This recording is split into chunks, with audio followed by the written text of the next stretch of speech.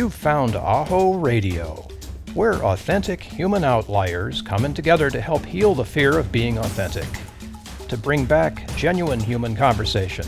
No hype, no sensationalism, just honest talk about the critical issues affecting society, affecting humankind. And now, here are the hosts of AHO Radio, John Krotec and Bill Protzmann. Oh my gosh, you guys. Hey, John Krotec. How's it going out there in Florida? Bill Protzmann here from the left coast. Oh my gosh. Yeah, the left coast of Florida. Yeah, Florida, we're doing great. You know, we dodged another bullet. You know, our prayers go out to those people on the Gulf Coast. They got slammed twice last week with 2 hurricanes. They're going to get another one. They're doing it right now. So, you know, our hearts and prayers go out to all the families along the Gulf Coast. Super excited about this episode. You know, we were just smoking and joking off camera, off the air, and fix it in post. Well, and our guest today, Athena Ives, made a very good point about, you know, we script nothing. Everything here is authentic conversation. There's no hype. There's no sensational. There's none of that, right? The only thing scripted, and she's probably going to kill me, is this intro, this little short bio that I put together to talk and to introduce her. So what do you think, Bill? We just go ahead and run with it? Yeah, bring it on down. I'll do the sponsor stuff at the end if my technical gods are still smiling on me then. Roger that, man. I get that. So, you know, here is the scripted bio of today's guest, who I think is just an extraordinary human being. You know, I met her a year and a half ago. We had her on Straight Outta Combat Radio, another show that we do. And her story is poignant. It is so authentic, so true, and affects so many people that it needs to be told. She is an author. She's a public speaker. She is a United States Marine Corps combat veteran. Hoorah. Hoorah. She is a certified human trafficking investigator. She's a comic book character, but a real comic book character. She holds a master's in forensic. She's a doctoral candidate in forensic psychology.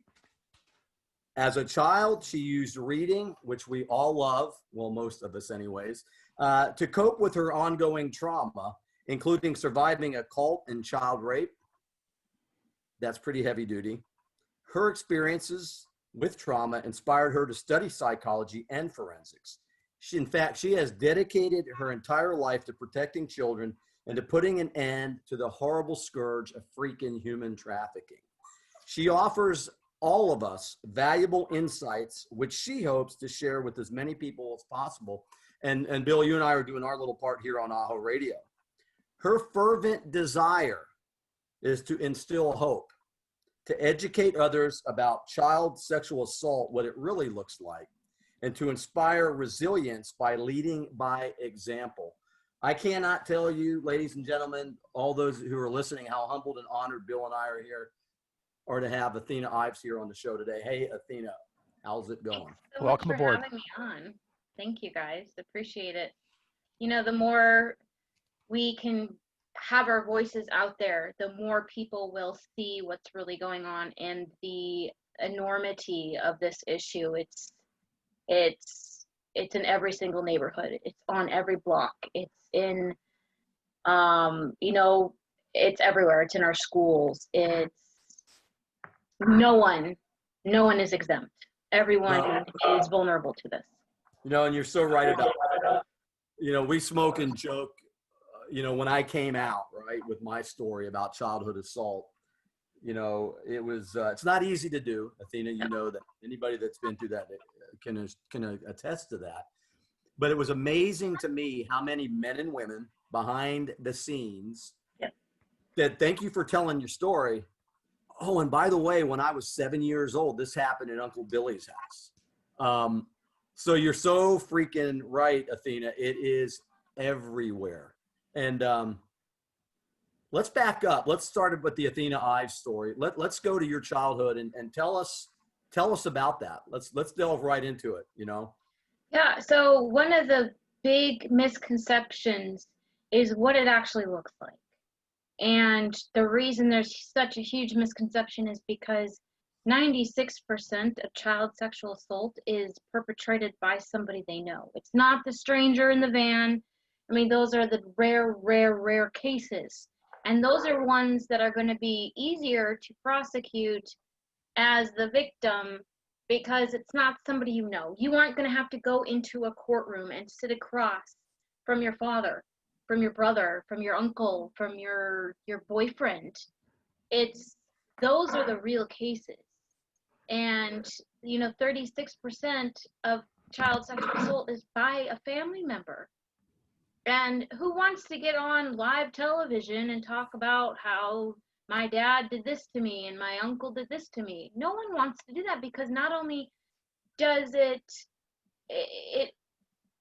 sadly, it embarrasses the victim, because they feel that they have a reason to be embarrassed about it when they don't, but it's been so stigmatized, then they'll think, oh, well, it's incest, or it's this, or it's that.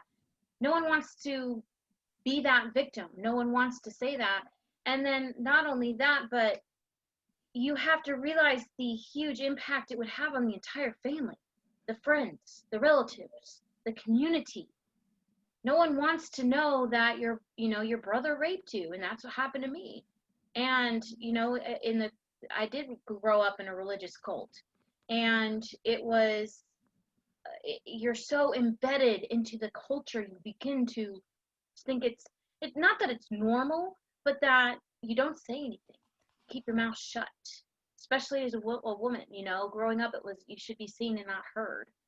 And it was, you belong in the kitchen, you should be doing the women's jobs. And it just didn't make any sense to me, because I was brought up to as one of the boys. I played soccer with the boys my whole life, up until high school, and I was taught that I could do anything the boys could do. I was mowing the lawn, I was shoveling snow, I was doing all the man jobs in the house. But as soon as I hit like high school, it was, no, you belong in the kitchen. You need to be, you can't play with the boys anymore. You have to conform and stay at home until you get married and marry a pastor, and like, oh, the military is bad. You can, for a female, she can't join the military. You need to be, a stay-at-home mom, all this kind of stuff. But I had already been taught, and I had personally experienced that I could do whatever I set my mind to. And it was a complete, like, I'm trying to think of the other word, a PG word for the, just the whole mind game that it plays on you. Yeah. It completely, it's just like, wait, what do you mean I can't do this? I already have been doing this. Well, I'm trying to put that in perspective. So there's this stigma associated with that act. And, I always wondered, do the Pope, it's got to be a yes answer, depends on the case.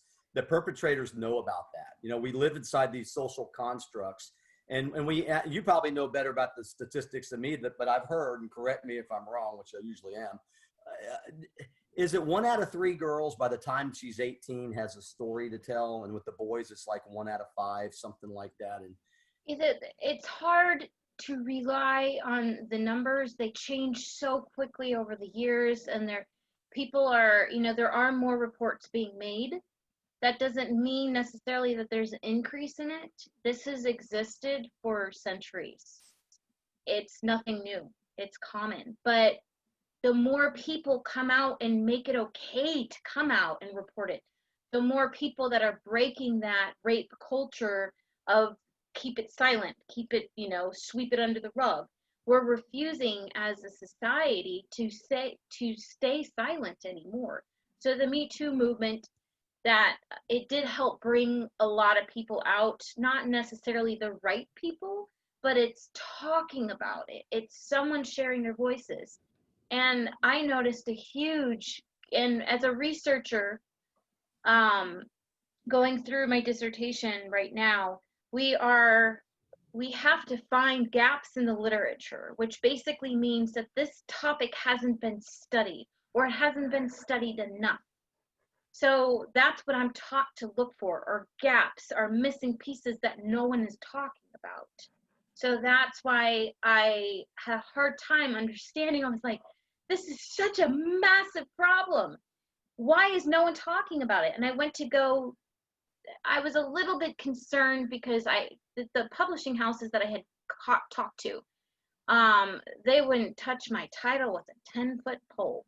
They said I had to change it. It was too in your face. It was too, I had to water down the depictions and how I wrote about being raped. They told me it was too graphic. It was too this. I used too many cuss words. And I'm like, I was raped. Are you, how am I going to water that down? We are as a society told to water it down. It's not rape. It's sexual. How do you make that politically correct? Exactly. You know, it's You just real. have to do it. You have And by the way, the title of your book is what? Thank you for raping me. See? Yeah. And I went to, so you do, when you have, I had experts, like very well-known authors, expert authors, best-selling authors read it, and they're like, no, do not publish it. And I was like, what? No, I'm going to. This needs to be heard. And it's not a best-selling book. I'm not one of those people that best-selling author, even though I've only sold like 10 books. You can put best-selling anything on your social media profile, even though it's not true. Just go look at their Amazon link and look at their, they have book where you stand on the ratings. They have like so you're a 1 in 900 million. Wow, you're a bestseller. Great. I don't do that. And I didn't write this book to be popular. I wrote it to help people. And if I wanted it to be popular, I would have never used that title. I would have watered those scenes down. But it's a discredit to the individuals that have survived this. It's not sex with a minor, child rape. We have to start using the appropriate language and calling it what it is. I lived it. The least you can do is listen. And that's what too many people, and that's the other problem that we have in our society.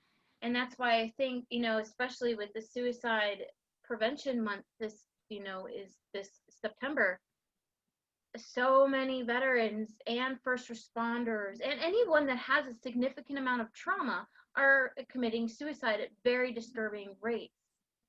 And I have a theory behind that, because I have been studying this, and it's not just my personal opinion. This comes from 20 plus years of studying childhood trauma and other significant trauma. Military or sexual trauma has the most severe PTSD symptoms out of any other trauma. So let's say you have trauma from a car accident or trauma from combat. Trauma from a sexual trauma, those symptoms are going to be higher than any other form of trauma. So when you take that into account, there's a lot of people suffering from trauma out there. But the other thing that we're doing is we're not dealing with it. Athena, quick question. You mentioned military. It wasn't over for you as a child, right? This happened again in the Marines. Yes. Can you talk about military sexual trauma from your personal experience a bit? Yeah, so statistics have shown that if you are a child victim of sexual assault, the likelihood of being an adult victim of sexual assault is very common. And a big reason behind that is you experienced something like that as a child.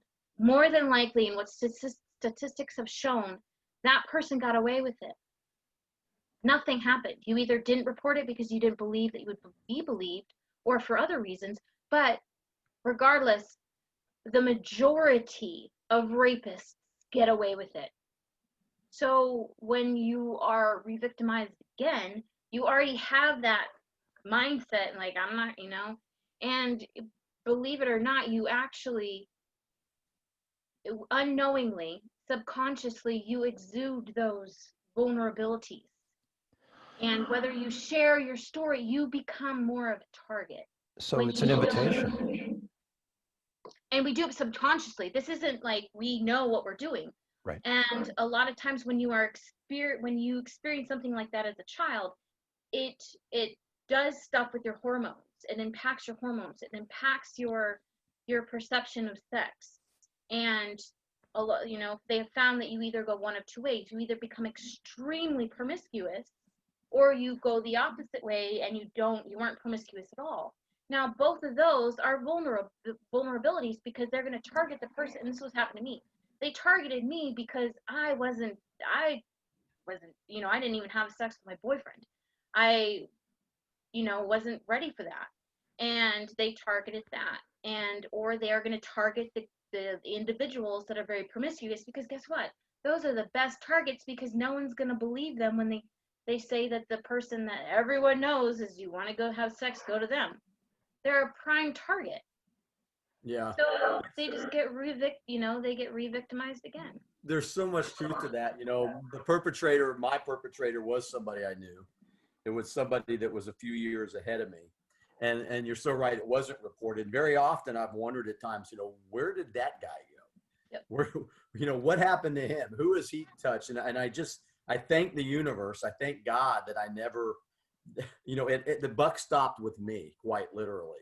I wasn't going to go into that world and become a perpetrator myself. And that's usually what happens, like with what you're doing, Athena, is you make a stand. Sooner or later, the person, and you're so right, it does affect you at a DNA level because it's a survival mechanism. You know, your body is experiencing that trauma. And I agree with you. I think that it can be recreated. And a lot of these people that are promiscuous, guys included, a lot of those people are hiding something even darker.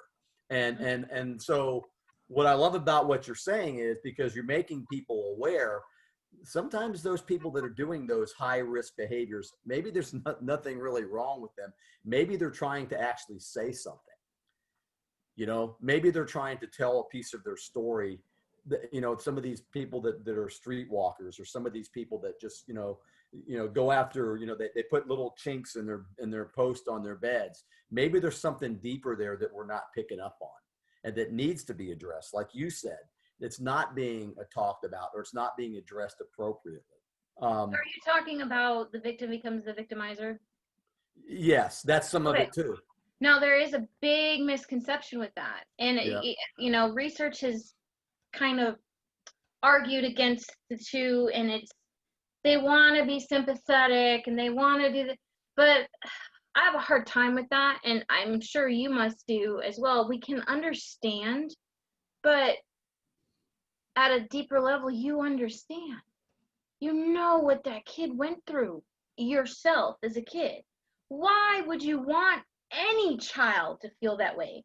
There's, you know, and I wonder, I have a theory. It's not proven, it's not, you know, but it's just based off of my life and these research I've done, is that there are certain people that can be, in a way, controlled and manipulated. And then there's other people that can't. And it's those people that, and they actually did a study on the unregistered sex offenders that said that they were abused as children. And that was one of the reasons why they became a victimizer, because they were a victim as a child. But when they were actually given a polygraph test, you know, there was a massive percentage that were lying. And they're lying because they want to get that lower sentence, that prison sentence. So they're going to say, oh, I was a victim of this, when actually they weren't. They actually found that murderers and other convicted felons that weren't sexual offenders had higher rates of child sexual abuse than actual sexual offenders did. So yeah, it's very complex. You know, I've studied the concept of ancestral traumas and how they repeat themselves. And I'm thinking, you know, how did this kid that was, you know, 14 years old, how did he know, or how did that come about that he would do that to a much younger child? Yep. And of course, come to find out, he was a foster child who had been in half a dozen homes, and who knows what happens in those homes. But I have heard that there's even a serious issue within these foster homes, and the reporting and the maintenance of the children that go to these places. Is that true, that there's a lot of perpetration going on in these homes? Foster care, 80% of sex trafficking victims are foster kids. Yeah. It's horrible what our system is doing them. And then we get more, the government or the CPS or whoever's in, they're contracting out the, you know, the for-profit foster systems. They're getting money per house that they're moving these children to. So the more houses these kids go to, the more money they get. And then not only that, but they get incentives and bonuses to remove a child from the house. And then they get added bonuses for for if that child is on medication or has a mental disorder or something that's going to require medication. So what you have is all these people pushing these kids. Oh, now this foster kid has ADHD and they need this. They have abandonment issues. They have anxiety, so they put them on all these medications. And we don't even need to know all that. The results are, the proof is in the pudding. And the amount of kids that age out of the foster system, the stats on them, they aren't going to school. They become drug addicts. They are living on the streets.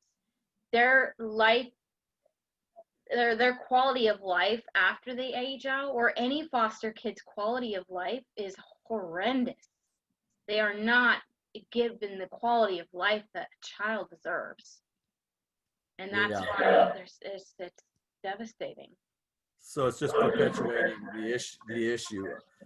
So explain to Bill and I and the listeners, how does the sex trafficking gig work in general? Generalize it. How does somebody, a boy or a girl, how do they get sold into that lifestyle? How does it happen? It's supply and demand. Wherever there is a demand, people will find a supply, and it's money.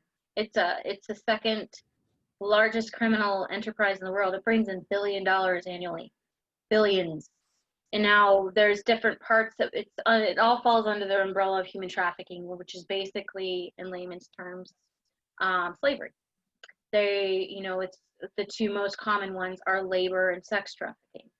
And labor is what you hear of, in the sweatshops.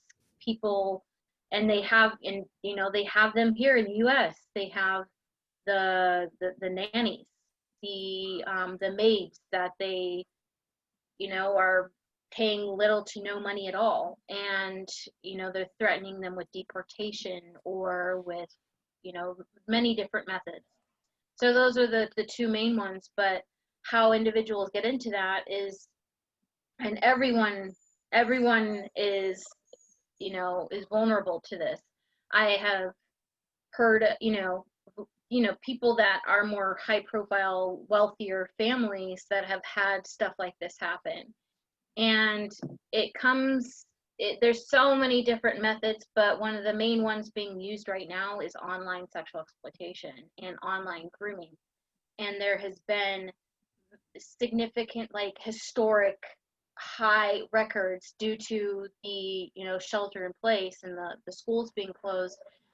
There has been a massive increase in online predators that are spending more and more and more time grooming these kids online. They go through gaming consoles, Facebook, Instagram, TikTok, and all the social media apps that actually have, on their phones, they have these little, how in the settings, you have to go through your settings, and you can find that some of these apps can pinpoint that child's exact location. And not only that, but these individuals can find out so much from these kids' social media profiles that they can infiltrate and basically have an open door into your home, into this kid's bedroom, where they now know who that kid's best friend is. They now know that mom and dad fight and are getting divorced. They now can see that this kid is online between the hours of 11 and 1 in the morning, and they're 10 years old. That's a sign. That's a vulnerability, because where are the parents? Who's monitoring this? That kid has open reign. They aren't being watched, so they're going to be an easier target to take. They're going to find out what games you like, and they're going to get on those gaming consoles, and they're going to groom these kids. I'm your new best friend. Oh, remember me? I knew Bobby. Your best friend Bobby? Well, I'm his friend, and I live over here. And oh, yeah, you live over in this neighborhood. I think I've seen you a couple times in the playground. They use all this information, and they create whatever that kid is missing. So if you're a child at home, and you don't feel loved. Okay, so let's take an example for a girl. She never felt loved. Her father called her ugly and stupid. Her mom, neglects her and whatever.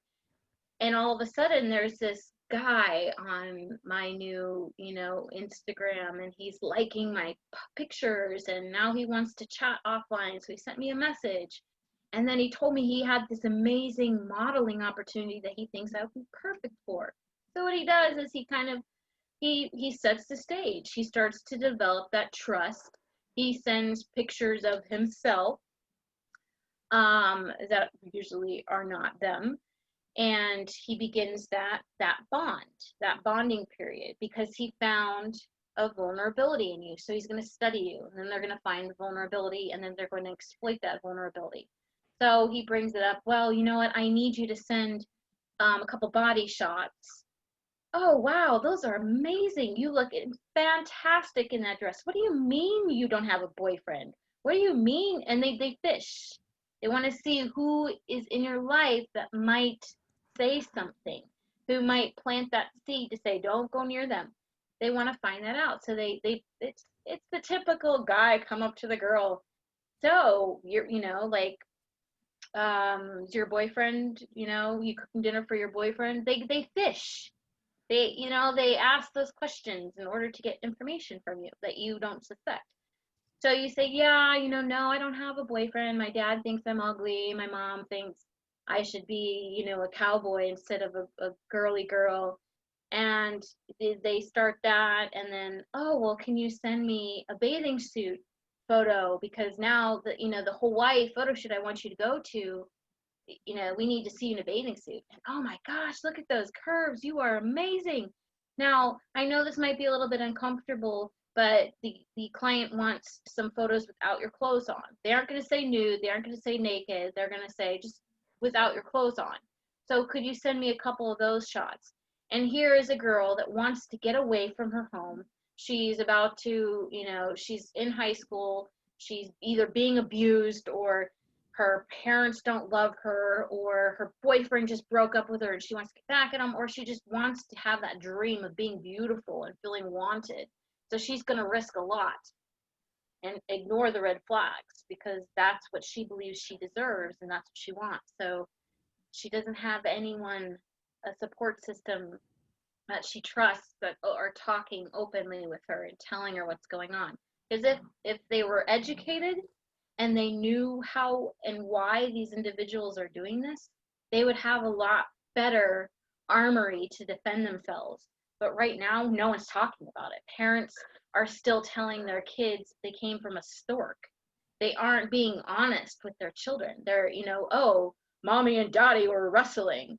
They're hiding the truth from them. And so these kids are not only brought up into a society whose parents lied to them, all of a sudden they're going to school and porn's everywhere.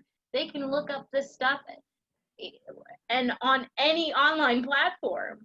It's everywhere. So it's a huge lack of knowledge and talking about it, and everyone wants to cover it up, but we can't anymore because it's a huge issue. So all of a sudden she sends the photos, and then he has her, because then he can blackmail her and say, well, if you don't come over here, I'm going to share these online with all of your high school classmates. I'm going to send these to your parents. I'm going to send them to your church. And then they have them. It sounds to me like the under the umbrella of human trafficking is also this this child pornography. That because I always wondered, how did they get those pictures? And you just explained how they get them. That is sex trafficking. Yeah. So that's and a lot of people I never really even thought about that until the way you just laid it out. Yep. And this is rampant. This is, Athena's describing something here that is not just happening in your hometown. This is something that's going on at a global level. I don't want to put her name out there. One of my best friends, this happened to her daughter. Not the whole thing, but very similar situation with the photos and stuff. So if we come back to the family on this, how do parents who want to be involved and want to be safe know that this might be happening to one of their kids? Well, first of all, they need to start listening and waking up and stop avoiding the issue, because too often parents are like this. I don't want to see that. I don't want to have the hard topic. I want to talk about the birds and the bees when they're 17. And they don't, because it's uncomfortable to them. Or they do care and they just aren't sure how to talk to them about it. And we have been grown up in a society where it's taboo. Sex is taboo. Don't talk about sex. Sex is bad. Sex is evil. Like, wait till you get married. In this Especially day in and age. fundamentalist religion, the strictures are there. Yep. Yep. So, one of the first would be to educate yourself and understand what this really looks like, and then and stop telling your child because I said so. Tell them why. What are some of the signs, Athena, that kids are what are some of the signs that parents need to look for? That's hard to say, because the parents that aren't looking, They're just not looking at all. Yeah, and it's the neglect it's the parents that are, and especially right now. And I get it. I understand I don't personally understand, because I don't have like kids running around the house, but I can put myself into their shoes in a way, and I can understand, because I've been a teacher before, and I've had like 30 students in one classroom, and I was the only person there, and it's like everyone wants to talk to Miss Athena, Miss Athena, Miss Athena. I can't imagine that nonstop all day long, where there's now I used to be able to go to the office from 9 to 5 and come home and pick up the kids from school where I didn't see them all day, and I miss them and I read stories to them. But now it's like I'm trying to do my job.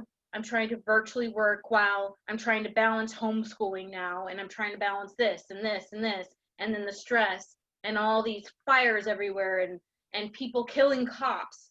It is an extremely stressful time for everyone, and especially parents, and especially children. And I get it. These kids, the parents are just like, shut up, here's the tablet. I can't deal with you right now. I need to make an income. I have to get this job done, or we're going to lose our apartment, or we're going to lose our house.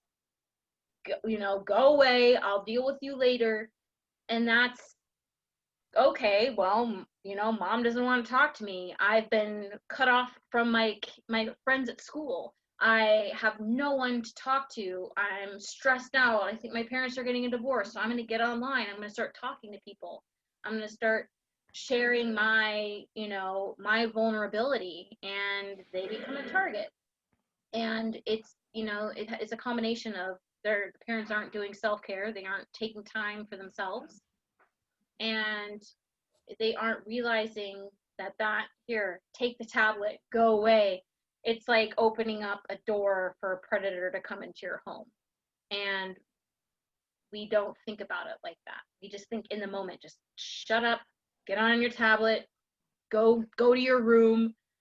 And everyone has phones nowadays, so it's not even a tablet, it's a phone. It's the gaming console. Go play your video games.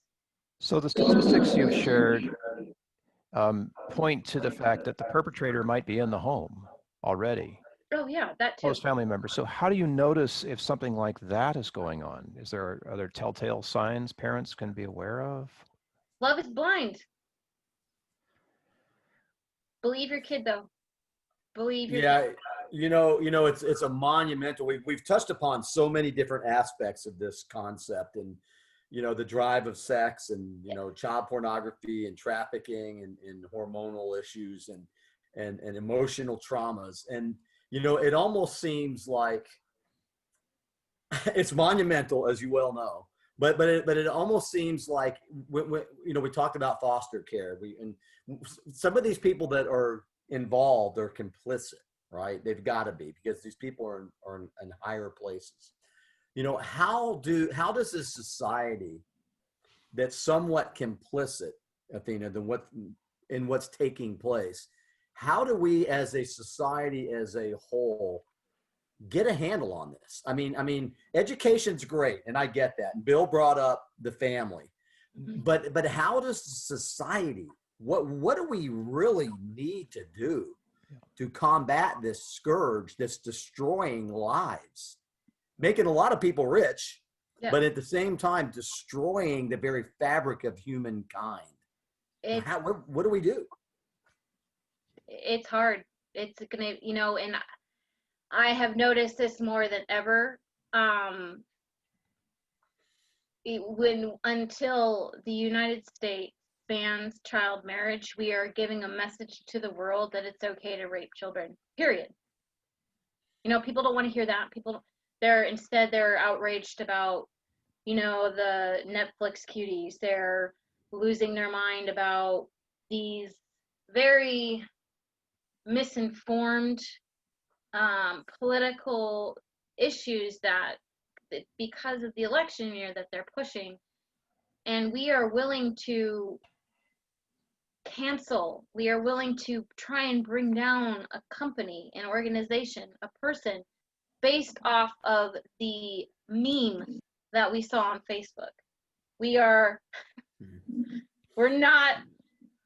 following blindly. Now, it's not to say that these issues aren't important, but what we aren't looking into is why they're important. We're just being told, okay, you told me this, okay, I believe you. We got to stop believing everything we see.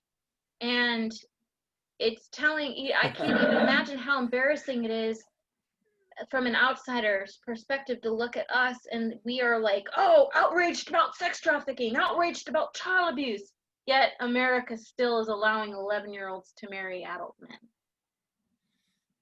Yeah. And I saw you had written a piece in LinkedIn not long ago, and you were talking about another practice. I can't even remember the name of the country, where it's kind of the same thing, where women are getting married off at like 9 and 10 and 11 years old. And it's like, it's, I don't know if it's a religion, I don't know what it is, but it's a practice that also takes place. And I mean, yes, America, but would you say that it's like that in several places around the globe? Oh, absolutely. But that, you know, we are a fairly newer country compared to a lot of these other countries that have been practicing these kind of things for centuries. I mean, it's nothing new. When you think about it, dates back to like the beginning of time, where it was more accepted for a 13-year-old to marry an adult. And that was because back then it was more about, royalty and preserving a bloodline and bringing two countries together. It wasn't about love. It wasn't about that bond between two people. And, there's numerous different things out there where they're saying that, oh, they want to, if the girl gets married off early, she'll more than likely not be sexually assaulted because she's married. Or it's a religious thing, or it's a socioeconomic thing, it's a financial thing where they can't support all these, their daughter, so they marry her off. And then what happens is that these sick individuals out there that are usually the more elite, have more money, wealthier, they use those loopholes and they get whatever they want.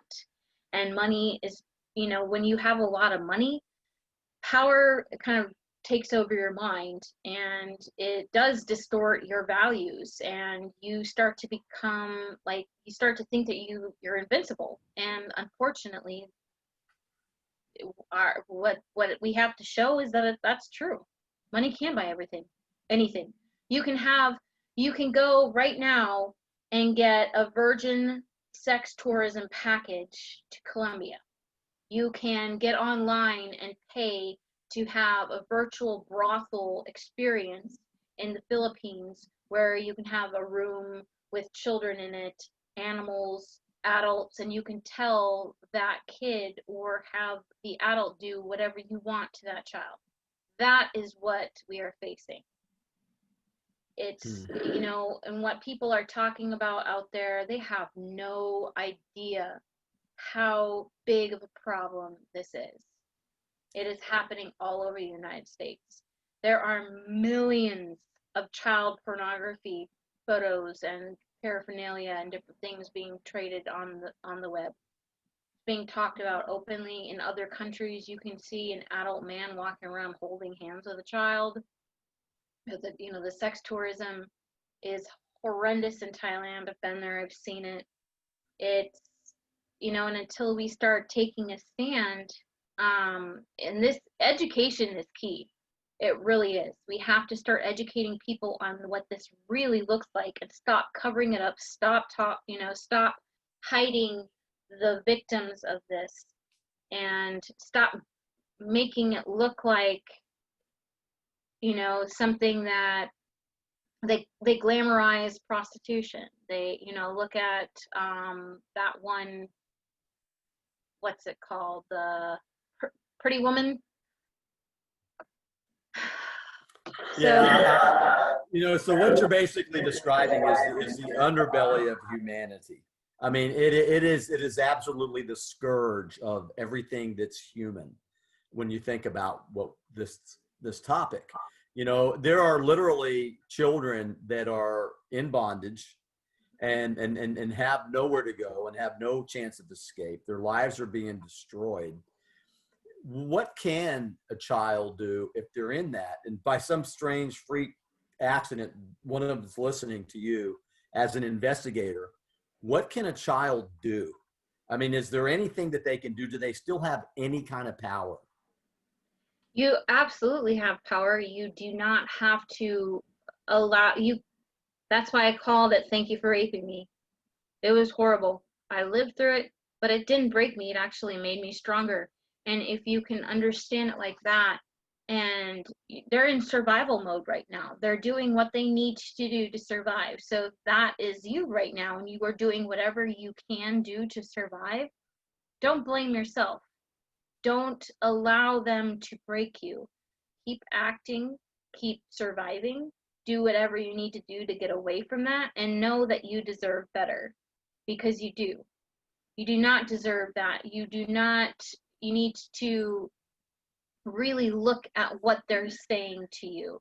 Analyze, what they're, but you have to love daddy. Daddy gives you everything you need. Daddy takes care of you. Daddy gets you shoes and clothes, and daddy loves you. Your parents hated you, and and it's hard because it's a kid and they're very vulnerable cognitively to, growing up. Your parents are supposed to tell you the truth. They're supposed to be your foundation of what you believe and your principles and your morals. And when you take you're put into a situation where you're told that you're worthless, that no one wants you but me. It's hard as a child to psychologically understand that they're lying. I mean, it eventually will come out, because you'll see in society, you'll see what it really looks like to be loved. And then you'll take that on and you'll be like, well, why can't I be loved? Is it me? I'm to blame. And then they blame themselves instead of their perpetrator. And I know this because I did this. I blame myself. And it is not your fault. You are a child. We have put the age of consent at 18 for a specific reason, because our brains are not prepared enough to make those rational decisions, to psychologically be able to understand the manipulation that these adults are using against these kids. And it's not their fault. And I hope that they understand that, and to, I know they're in survival mode right now, and it's hard because what do you tell them? So few get away. And what do they get away to? What are they going back to? A home that they try to run away from in the first place? A group home that they're more than likely going to be abused and raped again? A foster home where they're going to be neglected, and most of the runaways are from foster care? What do they have to look forward to? They're going to go back to school when they have been, being raped and tortured for the last few years. They're going to go back to a school where they're not educated. They're going to have to go back in grades. We are failing them miserably. Instead, we're focused on, I rescued a child. Look at me. I'm amazing. You know, why aren't we doing anything to prevent this? Why aren't we outraged about our government is still allowing, you know, immigration for starting at the age of 0? There is no age limit on fiance and marriage visas. People are applying for infants. Question here. Sorry. Because I'm looking for the solution, and I'm thinking it's National Suicide Awareness Month. Is there a national human trafficking line where a child could make a toll-free call or And reach text. out online? Yeah, there's numerous ones all over. I don't have the I'll put them in the show notes. up here. Yeah. Yeah, because they have them in each state. They have them nationally. They have. But, you know, a child who's about to be blackmailed by a perp needs a way of being able to defend themselves. Like in the example you're talking about, the young girl who realizes all of a sudden, oh, I can't back out of this. How do I stop it? She can't tell her parents. There must be a way to take the pressure off and extract that child from the situation they went into without full awareness, you know, and save them in some way. I honestly wish it were that easy, but because of the vast enormity of this issue, the FBI is not going to get involved because it's not a big enough of an issue. It's one instance. It's one photograph. It's one child. They don't have time to deal with that. They don't have the money to deal with that. Your police department. We have thousands, hundreds of thousands of rape kits that haven't been tested because we don't have the proper training done for these officers. We don't have the staff in the clinics to test them. We aren't appropriating funds correctly to sex crimes units. You know, it's all going to drugs. It's all going to, you know, speeding. It's all going to other issues that we just don't have the manpower. And, you know, there has been so many cases where people have actually said, my kid's missing. Oh, they're just a runaway. They'll come home. And they become a traffic victim or they get killed. And it's happening with the Native American community. It's Dozens, terrifying. hundreds of Native American women have been murdered, and yeah, you know what you're describing to me, and like, you know, in a perfect world, we wish it was that easy. Yep. But the reality is that we're talking about human behavior, which is complex in and of itself. And then what you said, Athena, you know, you throw the money involved, and then you throw the politics involved. And then you throw in the multi-layered complexities of different nations, different reasons, survival, pornography, perversions beyond anything we could ever imagine. And then what you have is a virtual and a literal and a real cesspool of human underbelly. And, you know, so this would be my stance. If you could just affect one person or educate hundreds of thousands of people, but if we could just help as a community, one person, one boy, one girl, to get out of that world, just one, that's a start. And there are people doing amazing things. You know, you mentioned all of these organizations, but you yourself, you're not shy. You know, you get out there and you put it out there. You've got it out there in comic books, and I'm not talking about, you know, Spider-Man comics. I'm talking about hardcore comics that hit with a story that makes you want to be a superhero. I think that it's individual, but it's also it's a complex individual problem.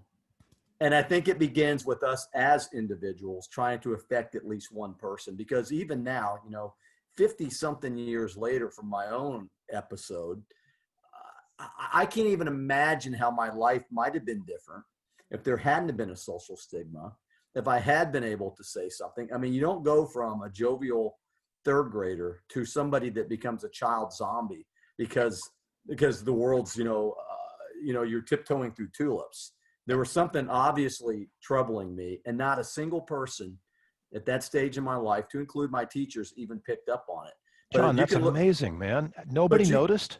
Nobody noticed. Well, you can look at the cover of my book, and the book that I've got, which is called Fractals, and I'm not here to plug my book, but Look at the cover of my book. You had a third grader on the left side, totally involved in the world, loved everybody, wanted to be everybody's friend, wasn't really being abused at home, and then something happened, and not a single person picked up on it, but it led to years and years of drinking, years to promiscuity, years of trying to find love in all the wrong places. Yep. You know, that song is so real.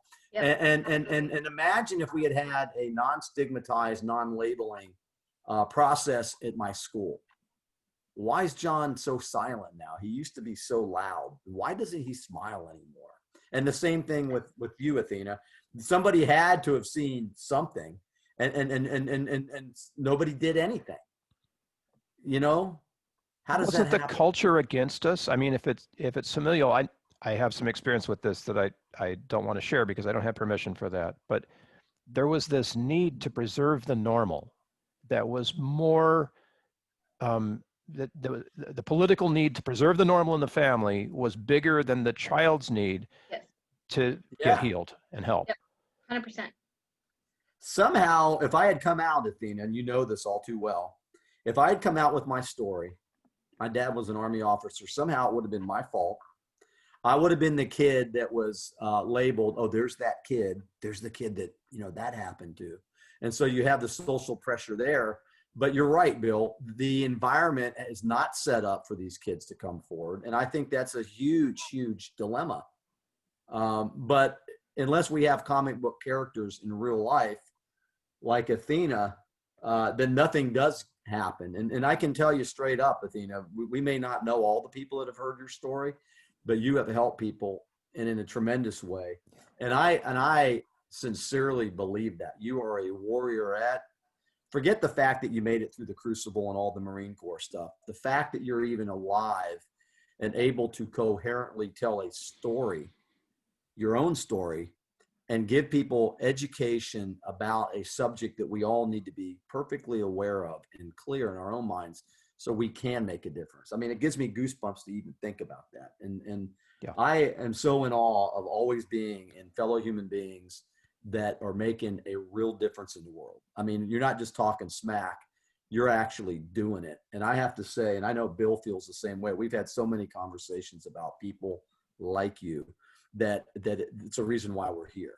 Because if we didn't have Athena Ives out there on the front lines of the sexual trafficking story, then we don't have a story.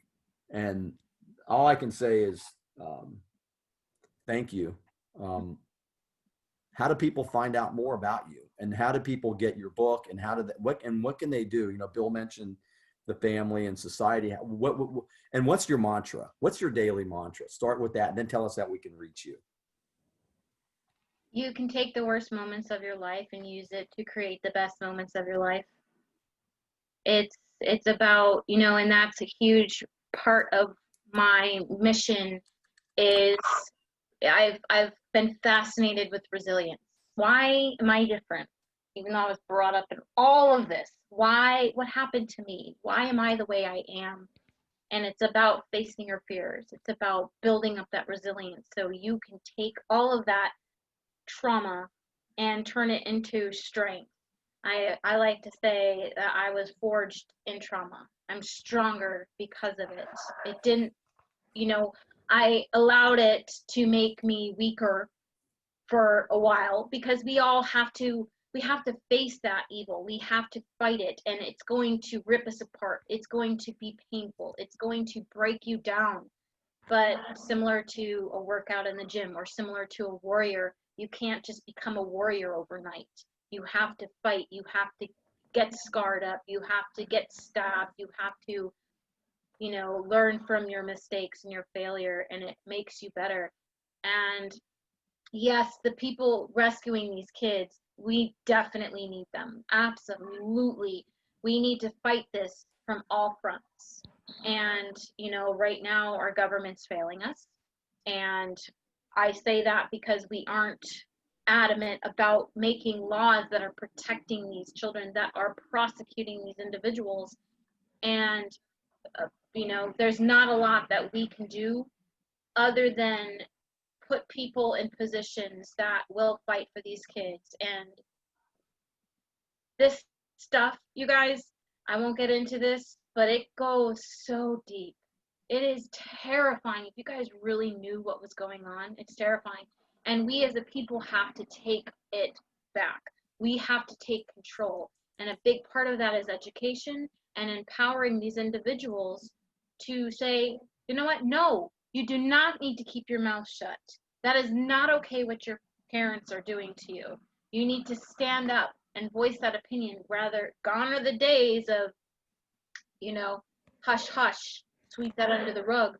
Finally, we are, as a people, starting to come together. And guess what? When our police department's not listening to us, when our government's not listening to us, guess what? We're going to go to social media.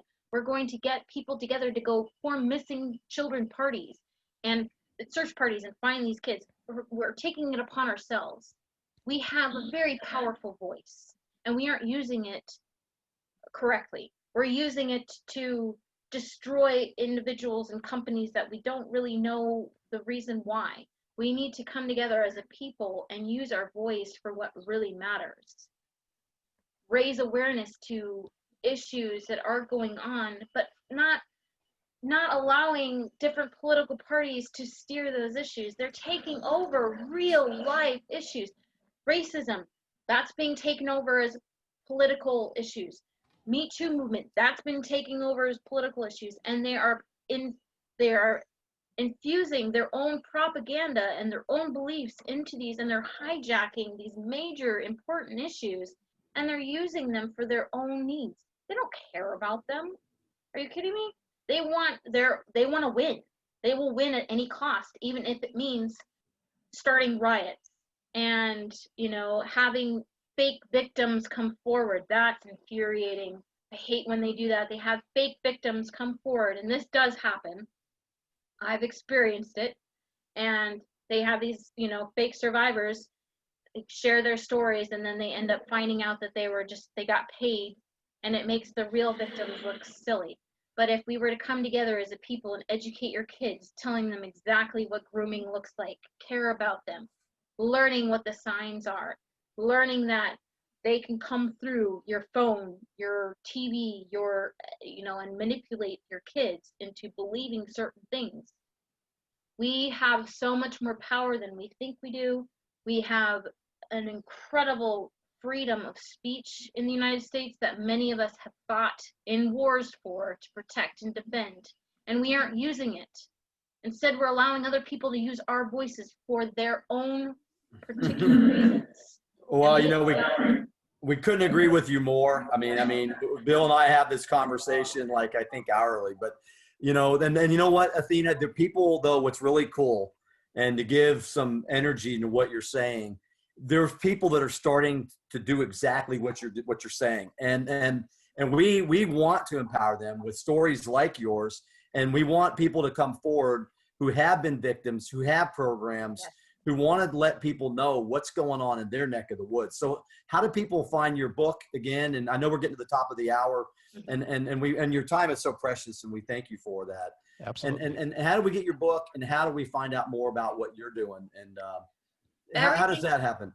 Everything my book's on Amazon. I can also, it's on my website. All my stuff, my information is on my website. My comic book, which is, I have taken real life individuals and I've turned them into comic book heroes. I love that. I think, as a kid, the reason I started that was I became the hero I needed when I was a kid. And I needed a hero back then, and I didn't have one. And I want to give these kids a real life person and a hero to look up to, and to know that they're going to do whatever it takes to come help them and find them. So that's the reason I created the comic book. All my research articles are on there, AthenaIves.com. Super easy. I'm on Facebook, Instagram.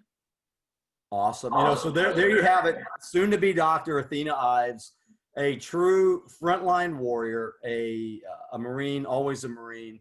And she is on she's on the battleground of human trafficking and trying to make a difference in the world. And she is making a difference. And I got to tell you, Bill and I thank you profusely for being with us here on this episode of AHO Radio. And And we wish you Godspeed wherever you go. And if you need or want to come back, let us know. Absolutely. Dr. Ives, thank you so much for your time and your wisdom. And if you're listening to this right now, reach out to Athena. She's there for you. Thank you for joining us on this episode of AHO Radio. Information we mentioned is probably in the show notes, but if we missed anything, please let us know and we'll get it added for you. Subscribe to the AHO Radio channel on YouTube to stay connected, and, as always, we wish you health, success, and significance. AHO! AHO! AHO!